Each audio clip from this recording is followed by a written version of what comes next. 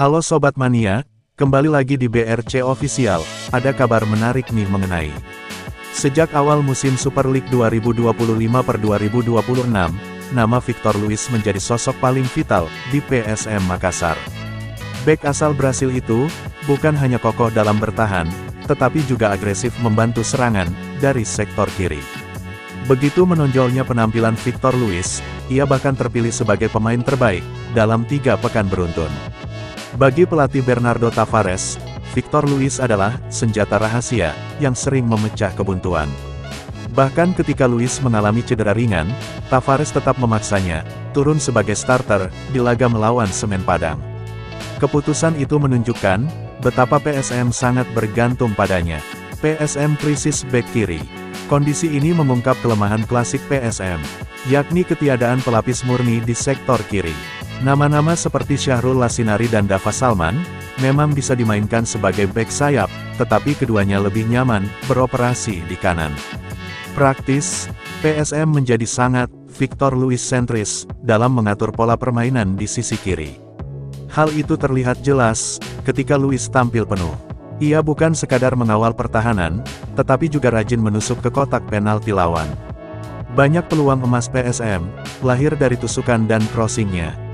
Maka, wajar jika setiap kali Luiz absen, sektor kiri PSM langsung pincang. Solusi itu bernama Pratama Arhan. Nama Pratama Arhan kemudian mencuat sebagai sosok yang dianggap paling tepat menjadi solusi. Pemain timnas Indonesia, yang kini memperkuat Bangkok FC, di Liga Thailand itu, dikenal dengan tipikal permainan yang sangat ofensif, mirip dengan Victor Luiz. Bedanya, Arhan punya keunggulan pada eksekusi lemparan jauh, dan stamina yang tak ada habisnya.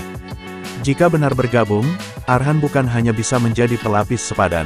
Lebih dari itu, ia bisa dimainkan bersamaan dengan Victor Luiz. Skemanya, Victor Luiz bisa didorong lebih ke depan, sebagai winger kiri, sementara Arhan menjaga pos bek kiri.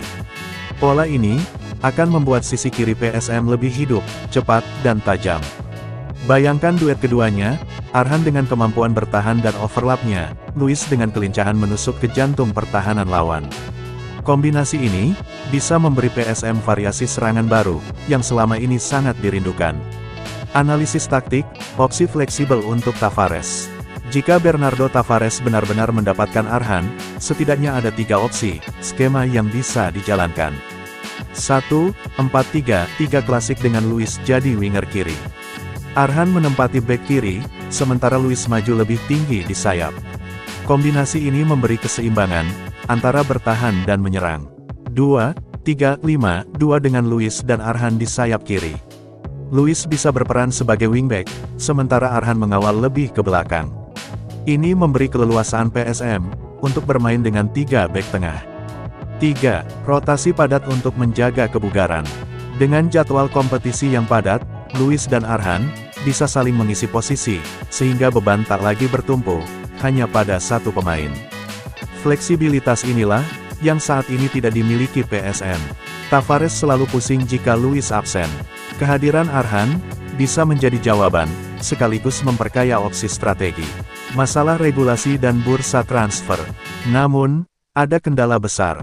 Arhan saat ini masih terikat kontrak dengan Bangkok FC, dan menjadi bagian penting dari klub kasta tertinggi Thailand. Mustahil bagi PSM mendatangkannya pada putaran pertama Super League. Meski begitu, peluang terbuka pada jendela transfer putaran kedua. Dengan regulasi 11 pemain asing di Super League, perekrutan pemain lokal berkualitas seperti Arhan akan sangat menguntungkan. Selain tidak memakan slot asing, kehadirannya bisa langsung memberi efek instan di lapangan. Ancaman kompetisi Super League. Super League musim ini berjalan ketat. Hampir semua klub memaksimalkan kuota pemain asing mereka.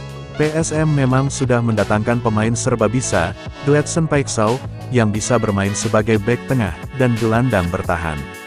Namun tetap saja, sektor kiri belum punya pelapis murni. Di tengah persaingan seperti ini, ketergantungan pada satu pemain sangat berisiko. Jika Luiz cedera panjang atau terkena akumulasi kartu, PSM bisa sangat kesulitan.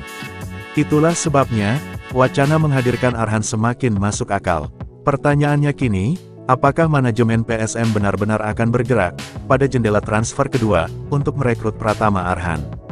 Jika ya, maka era Victor Luis sentris bisa berakhir, digantikan dengan duet menakutkan di sisi kiri Cuku Eja. Sampai saat itu tiba, Bernardo Tavares hanya bisa berharap Victor Luis tetap bugar dan konsisten menjaga performa. Karena bagi PSM, sektor kiri masih mutlak milik Luis, sambil menunggu kemungkinan kedatangan Arhan yang bisa mengubah segalanya. Nah itu dia sobat untuk update kabar hari ini. Bagaimana pendapat kalian sobat? Tulis pendapat kalian ya sobat, dan jangan lupa like, komen dan subscribe.